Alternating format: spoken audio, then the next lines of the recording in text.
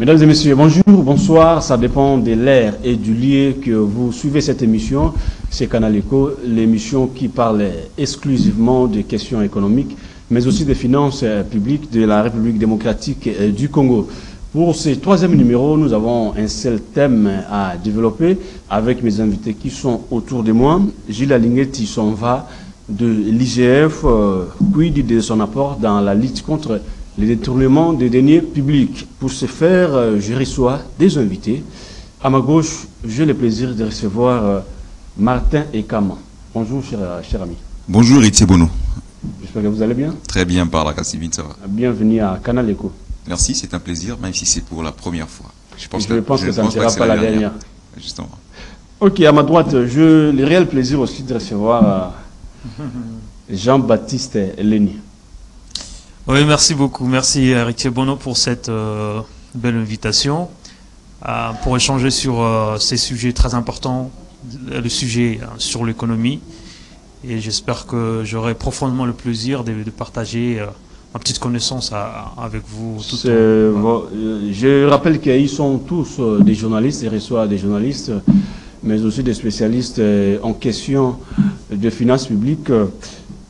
Chers invités, je viens comme je viens de l'annoncer, Gilles Alinguetti, on est très surpris les mercredis d'année de voir à la télévision nationale l'ordonnance du chef de l'État mettant en retraite Gilles Alinguetti, qui était l'inspecteur général des finances, chef de service.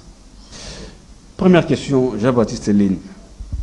Que retenir des 5 ans de Gilles Alinguetti à la tête de l'inspection générale des finances? D'accord, merci beaucoup. Alors, déjà, je dois préciser que je suis journaliste spécialisé à des questions économiques et en finances publiques. Parce que je suis vraiment beaucoup plus sur ces questions-là. Vous écrivez beaucoup? Beaucoup, oui, effectivement, parce que nous travaillons au nom de redevabilité. Exact. Pour pousser en même temps à la bonne gouvernance. Pour répondre à votre question, oui. Quel bilan? Je crois que les bilans, selon moi, est totalement mitigé. Mitigé parce que Gilles Alinguetti, c'est une figure emblématique aujourd'hui dans la lutte contre la corruption et puis pour la bonne gouvernance en finances publiques. Mais une figure parfois aussi controversée parce que, et justement, à l'issue de son mandat, il a eu justement posé certaines actes où, sous son régime, l'UGF a pu jouer certaines missions qui n'étaient pas sous ses compétences. Et aussi, on l'a toujours accusé d'avoir une proximité rapprochée avec le président de la République. Oui, c'est normal parce que l'UGF, c'est un service rattaché à la présidence. Il pouvait travailler en collaboration avec les chefs de l'État. Bien sûr, pas totalement, parce que l'inspection générale des finances, c'est une structure spécialisée dans l'inspection de finances publiques. Et voilà, tout ce qui va avec le détournement, corruption, contrôle. Et ça n'exclut personne, c'est une structure indépendante. Voilà, même si Gilles Alinguetti, lui, il a été nommé en 2020, en juillet 2020, par lui, le président de la République, mais cela n'expliquerait en aucun cas sa proximité ou sa relation cela n'expliquerait pas qu'il soit, en fait, entre guillemets, excusez-moi les termes, l'instrument de M. Félix Antoine Tshisekedi. Non, je ne pense pas qu'il était l'instrument, mais je vous rappelle que l'IGF est un service rattaché à la présidence. Et toutes les enquêtes menées par l'IGF, c'est les chefs de l'État qu'on réserve la primaire des enquêtes. Oui, donc c'est tout à fait normal qu'ils travaillent avec les chefs de l'État. Pour rebondir justement à ce que vous venez de soulever tout à l'heure, c'est un service qui est spécialisé dans le finance publique, qui pousse à la bonne gouvernance financière, mais aussi ces services rattachés à la présidence. Tout au début, ça a même créé un certain nombre de frustrations, parce que en même temps, si alors un acte ou une indiscipline budgétaire a été commise au niveau de la présidence, que ferait l'UGF? N'inquiéterait-elle pas? C'est ça la question qu'il a fallu qu'on se pose. Donc, on suppose qu'à principe, l'UGF devait être une structure indépendante spécialisée à des questions de finances publiques telles qu'elle est en train d'exercer. Mais Alors, tout en prenant une indépendance, tout en mettant en avant son indépendance. merci beaucoup. J'ai retenu de votre intervention que les bilans de Gilles Alinguetti étaient mitigés durant les 5 années passées sur, comment dire, à la tête de l'IGF. Je reviens à vous, Martin Ekama. Selon vous, après 5 ans passés à la tête de l'IGF, selon vous, quelle a été la force de Gilles Alinguetti? Est-ce le fait qu'il a été fils maison, ce qui lui a permis de bien travailler? Ou bien c'était quoi, selon vous? Bon, merci pour la question. Lorsque vous parlez de la force, il faut aussi évoquer les faiblesses. On commence d'abord par la force, et puis, dans une certaine mesure, on reviendra sur les faiblesses. Je réponds à votre question. Exactement. Alors, on doit savoir ici que Jules Alinguetti, 5 ans passés à la tête de l'inspection générale des finances, a quand même fait évoluer les choses. On doit le reconnaître, mais il y a aussi des failles. Puisque vous parlez de la force, nous savons que son mandat a été marqué par le contrôle dans les finances publiques et aussi sa capacité de lutter contre la corruption ou la prédation financière en RDC. Mais avant Jules Alinguetti, cette institution existait. Déjà, depuis 1987. Le problème, c'est que tout le monde commence à avoir un regard sur l'IGF parce que cette institution est de plus en plus médiatisée. Médiatisée par rapport au savoir-faire de Jules Alinguetti dans ses enquêtes, qui, on dirait aussi que ça a été marqué par la prétention, par plusieurs prétentions d'ailleurs. Parce que lorsque on lance une enquête, chez nous, même en journaliste, ce n'est pas une exclusivité. Une enquête ne se décrète pas. Mais le problème avec la gestion de Jules Alinguetti à la tête de l'IGF, il y a certaines enquêtes qui ont été bien amorcées avant même que ça puisse commencer. Là, c'est le mal.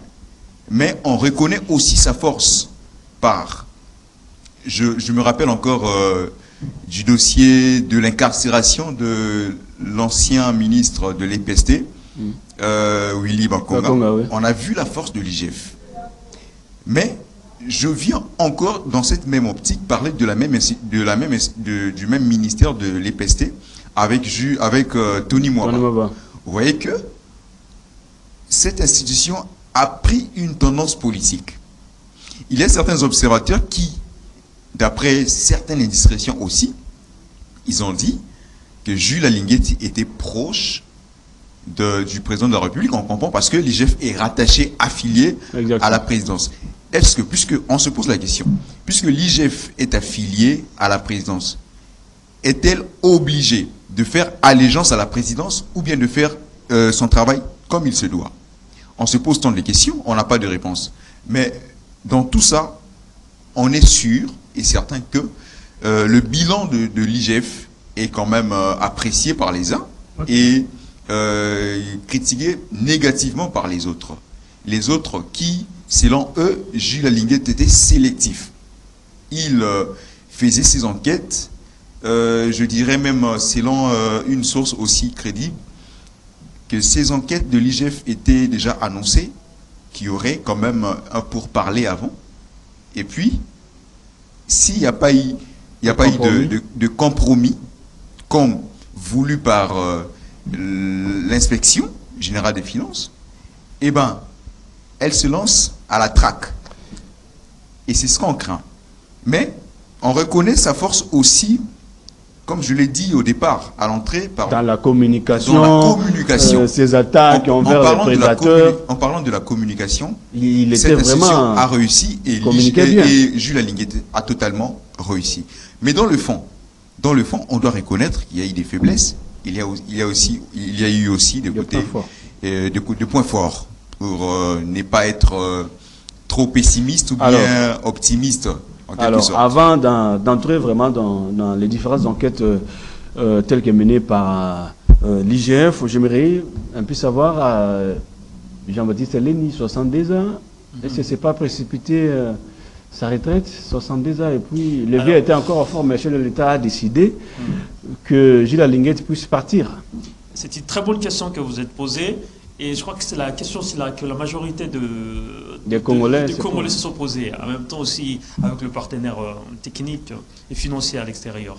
Est-ce que c'était précipité, convenant qu'il prenne sa retraite? Je pense non. Préalablement, nous, on ne s'entendait pas ça. Mais on est tous surpris qu'il soit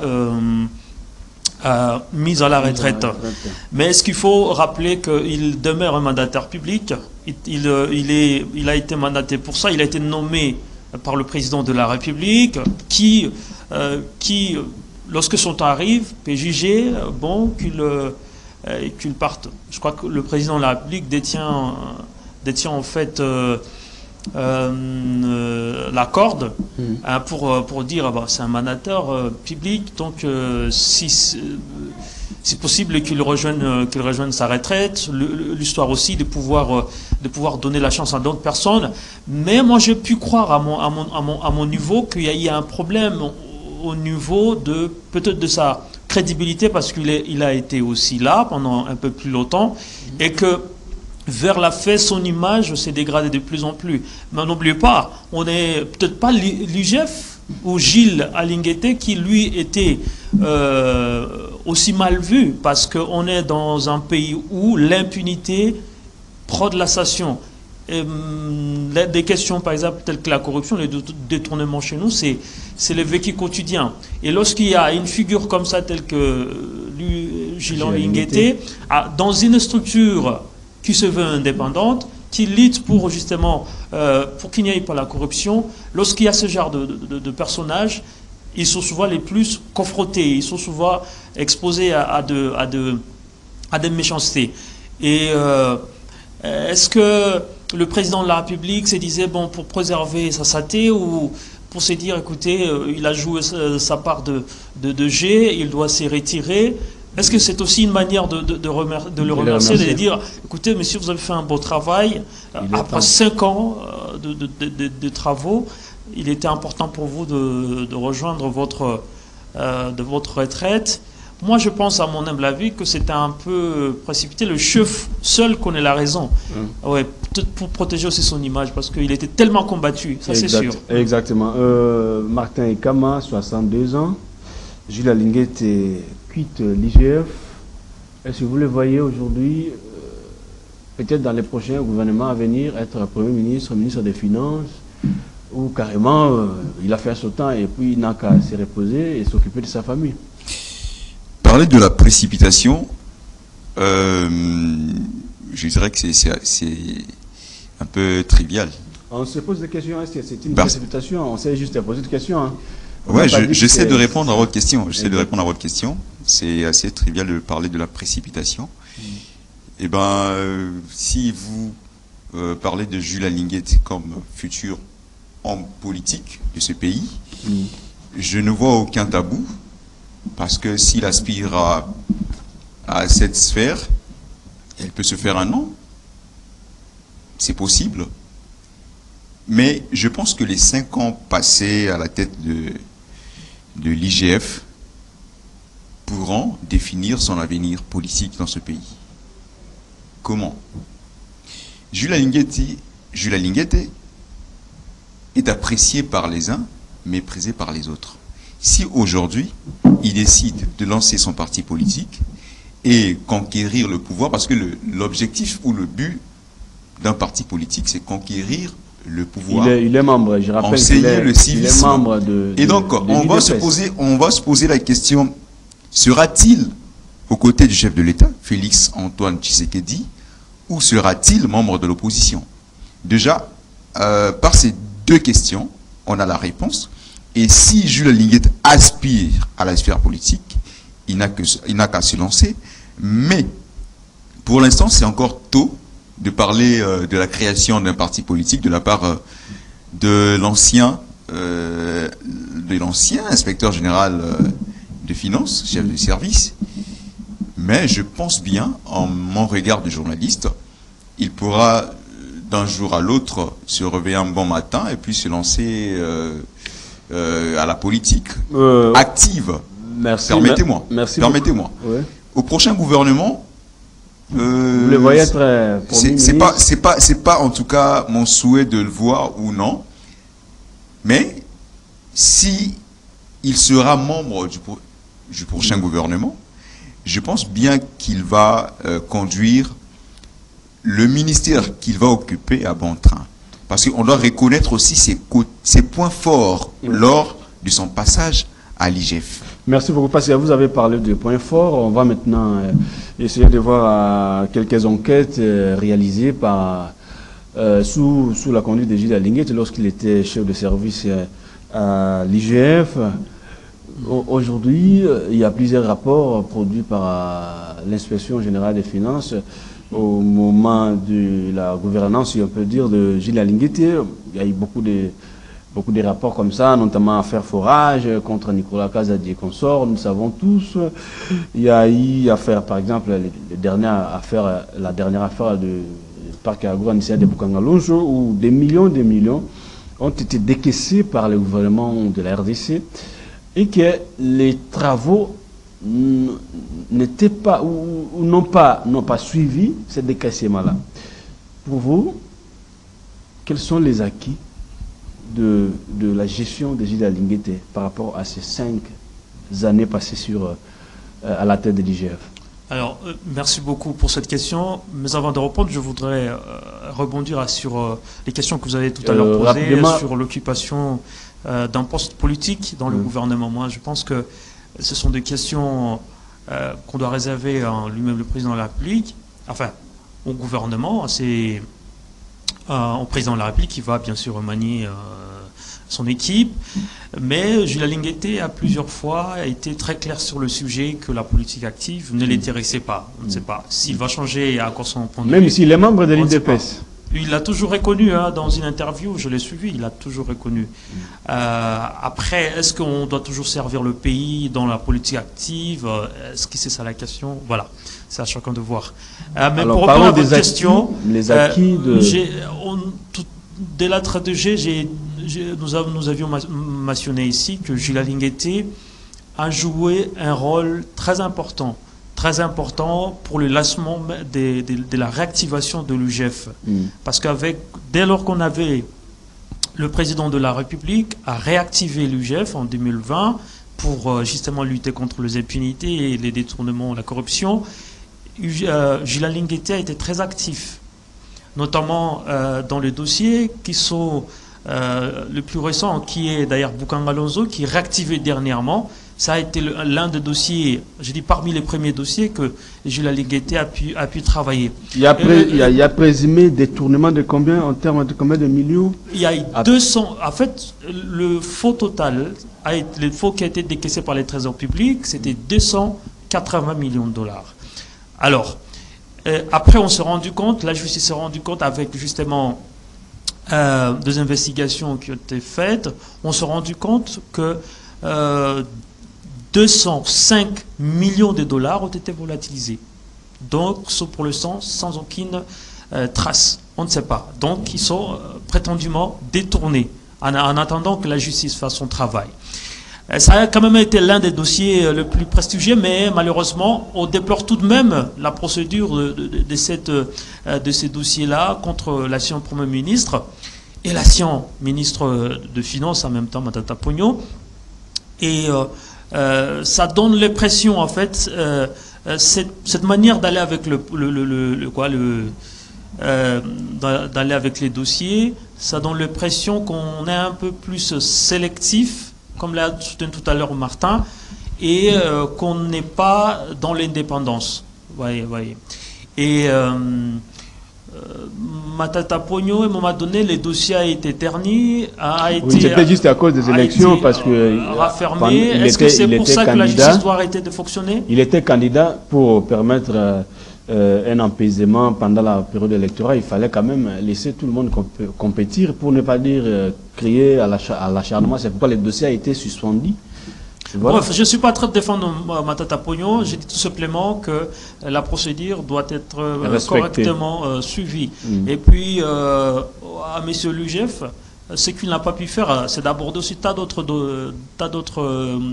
dossiers, notamment il y a eu plusieurs projets qui ont été engagés, notamment à recourir à des modes de paiement en mode d'urgence, sans aucune raison correcte. Il y a eu de fonds qui ont été décaissés. Notamment pendant la compétition des gestes de la francophonie. Il y a plusieurs dossiers. Le projet... Il y a eu plus de 300 quelques millions qui ont été décaissés en mode de diligence. 324 millions de dollars pour être un peu plus précis. Pour la francophonie, il y a eu le dossier des Tchilégelou, qui est encore là, qui demeure avec des millions d'argent qui ont été décaissés. Il y a eu encore le dossier de la construction de l'université moderne à Mbujimaï, plus de 40 millions de dollars qui ont été décaissés, mais jusqu'aujourd'hui, les travaux, ça n'honore pas. Il y a un dossier avec le dossier avec la construction d'Arena, plus de 100 millions de dollars, 100 millions de dollars qui sont encore là volatilisés. Donc on est dans un pays où on n'a pas assez d'éclairage sur les décaissements, sur le financement justement de projets de l'État. Donc plus de clarté, ça ferait une bonne chose. Et je crois que Gilles Lingueté avait encore tant d'autres travail à faire et malheureusement il n'a pas pu le faire sur d'autres dossiers. Et sur des dossiers tels que Boukan Alonso, il a pu le faire sur l'audit au niveau de GECAMIN, il a pu le faire sur dans le... Mais les enquêtes n'étaient pas publiées à la GECAMIN après les enquêtes. Alors après, il y a boire à manger dans ces dossiers-là. Vous savez, les dossiers, les questions qui sont liées à des finances publiques ne sont toujours pas faciles à gérer ou à exploiter. Et je vais quand même pour répondre plus brièvement à votre question, il y a notamment son application qui a été favorable, et quand même un acquis qu'il faut retenir, mais aussi qui a été controversé dans surtout les sociétés civiles, les organisations des sociétés civiles qui voyaient une mauvaise application. Avec l'histoire dans le contrat sino-congolais, avec les jetos de présence qui ont été extrêmement importants. Et cette question a fait débat au sein de la société civile. Et ça a porté à tête à l'image de Gilles Lingueté. Mais il a quand même été actif dans tant d'autres dossiers, notamment Boukan Alonso. Merci beaucoup Jean-Baptiste et Hélène. Je rappelle que vous suivez Canal Eco, votre émission qui analyse les questions économiques de la République démocratique du Congo sur Canal Congo Télévision. L'émission aussi est suivie en direct sur YouTube.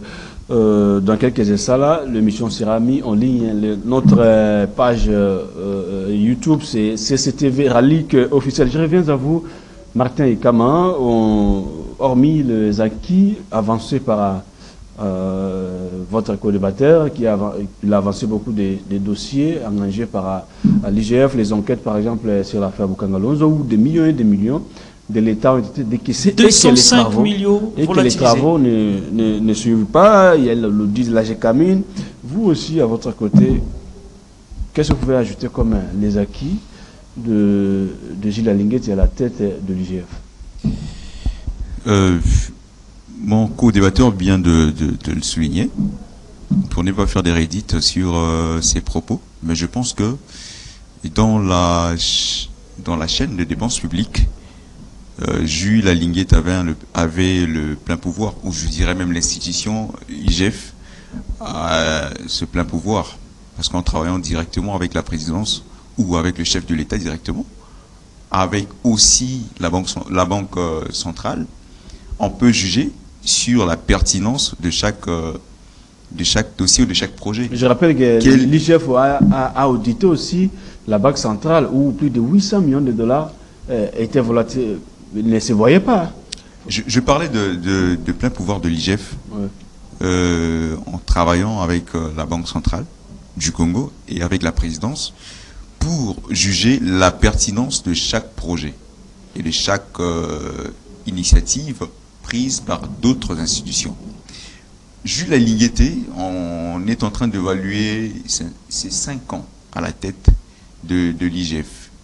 Mais on ne doit pas oublier qu'après Jules Alinguet, aujourd'hui il n'est plus. Il y a une autre personne, Christophe Bitassimo, qui est remplacé. Ouais. Mais je pense que de son côté, pour ne pas être déjà dans le futur, il y aura des réformes portées par le numéro 1 de l'IGF actuellement. Mais parlons de Jules Alinguet. Je venais de parler d'un plan ou d'une stratégie sélective des enquêtes menées par Jules Alinguet durant les 5 ans. Essayez un peu de voir la chaleur dans le dossier Bukanga Lonzo et essayez encore de voir comment la mollesse est dans le traitement de l'enquête de Tony Mwaba. Le forage. Tony Mwaba et dossier forage. Forage et Lapendaire. Vous voyez que en ayant un regard... Pour Tony Mwaba, il n'y a pas eu la suite. Hein.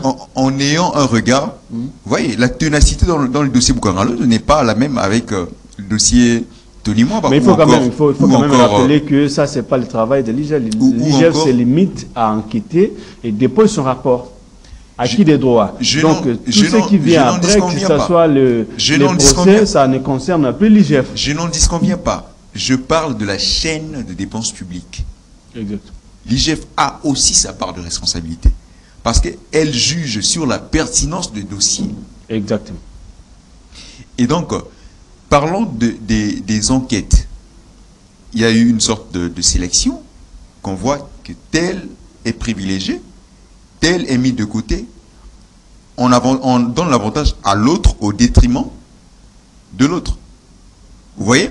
Et donc, je dirais même que ces enquêtes ont eu une tournure politique.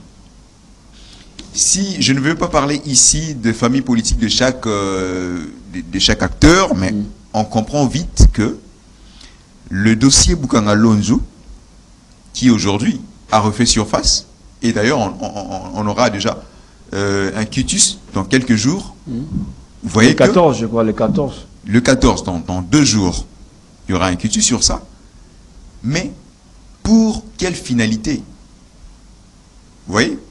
J'aimerais que la même ténacité qu'il y a eu dans le dossier Bukanga Lonzo puisse être la même dans les précédents dossiers. Est-ce que ces dossiers, on doit encore se poser la question, est-ce que ces dossiers, avec l'arrivée d'un nouveau inspecteur général des finances, Christophe, ça va être ravivé, la flamme va être ravivée, ou bien tous ces dossiers seront mis dans les tiroirs? C'est la majeure question que la population doit savoir, et nous, journalistes, on est là pour analyser. Même si on n'est pas dépositaire de toutes les informations possibles, mais on veut tout simplement mettre les gens au parfum de ce qui se passe dans notre pays. Merci beaucoup. Je pense que d'ici, on se presse vers la fin de l'émission. Alors, j'aimerais un peu poser cette question. J'énumère quelques autres enquêtes que vous n'avez pas dites ici. Je vois par exemple, il y a plus de 80 contrats miniers qui ont été réexaminés par l'IGF. Il y a par exemple la désactivation depuis des 200 cartes Visa que certains dignitaires utilisaient même après leur pouvoir. C'est grâce à l'IGF. Il y a eu, par exemple, au lieu de la GKM, on l'a cité, affaire IPST, tout qu'on sort là.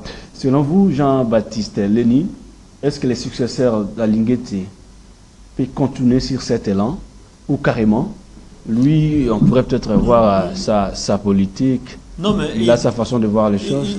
Je crois qu'il doit continuer sur l'élan de Jules Alinguet, mais tout en rectifiant certains tirs. C'est pertinent. Alors, pour ne pas... je crois que je vais répondre à votre question, mais je voudrais préciser quelque chose sur ce qu'a dit tout à l'heure Martin.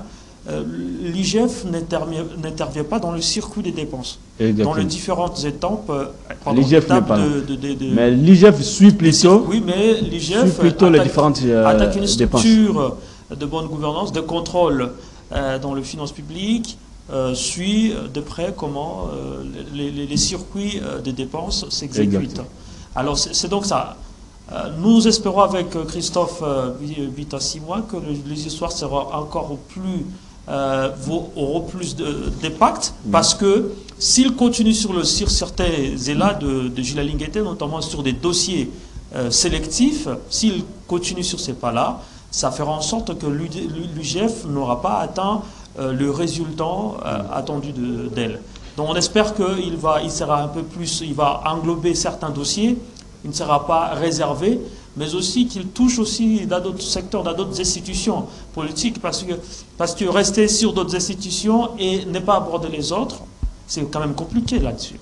Merci beaucoup, cher Jean-Baptiste Eleni, pour votre intervention. Je pense que c'est la dernière parce qu'on est pris par les temps. Comprenez que les bonnes choses ne diront jamais. On va revenir peut-être la semaine prochaine ou dans des semaines pour continuer à discuter sur cette question. Martin et Kama, on doit finir avec vous.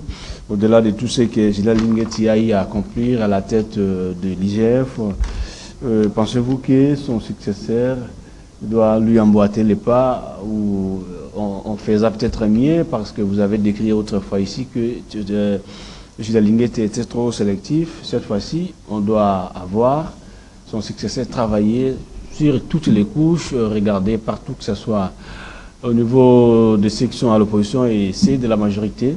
Question de renflouer la caisse de l'État. Si Jules Linguetti a été sélectif au cours de son mandat, c'est pas moi qui le dis. Ce sont des observateurs. Et d'ailleurs, j'évoque même la récente déclaration du président de CREFDEL, Valérie Mandianga, qui dit, je cite d'ailleurs, dans la gestion de Jules Linguetti. Rapidement, parce qu'on est à la fin de l'émission. Plusieurs obstacles ont réduit l'efficacité de l'IGF, de Jules Linguetti à la tête de l'IGF, notamment un manque d'indépendance dans la conduite des enquêtes.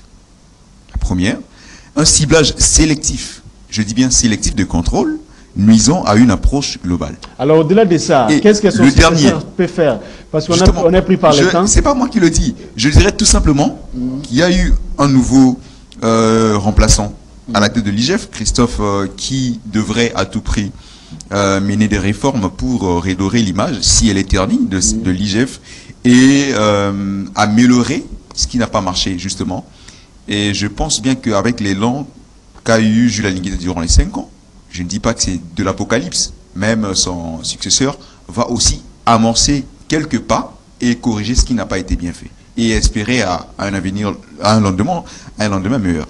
Merci beaucoup. C'était là les derniers mots de Martin et Kama. Mesdames et messieurs, nous sommes à la fin de cette émission. J'ai eu le réel plaisir de recevoir aujourd'hui pour vous des journalistes qui analysent, qui écrivent au quotidien les articles en caractère économique, mais même sur les finances publiques. C'était à ma gauche Martin et Kama et à ma droite Jean-Baptiste Eleni. Je vous remercie de votre participation. Merci. On se retrouve dans 2 ou 3 semaines pour aborder certaines questions de l'actualité. Merci beaucoup. Alors, merci, mesdames et messieurs, de nous avoir suivis. Merci à Doudou Motiri, notre coach, qui, à chaque semaine, nous donne cette opportunité de pouvoir animer cette émission. Merci aussi à Moron Zambé, qui a coordonné aujourd'hui cette émission. Je vous retrouve la semaine prochaine pour un autre numéro des Canal Eco. Continuez de suivre les programmes des Canal Congo Télévision. Au revoir.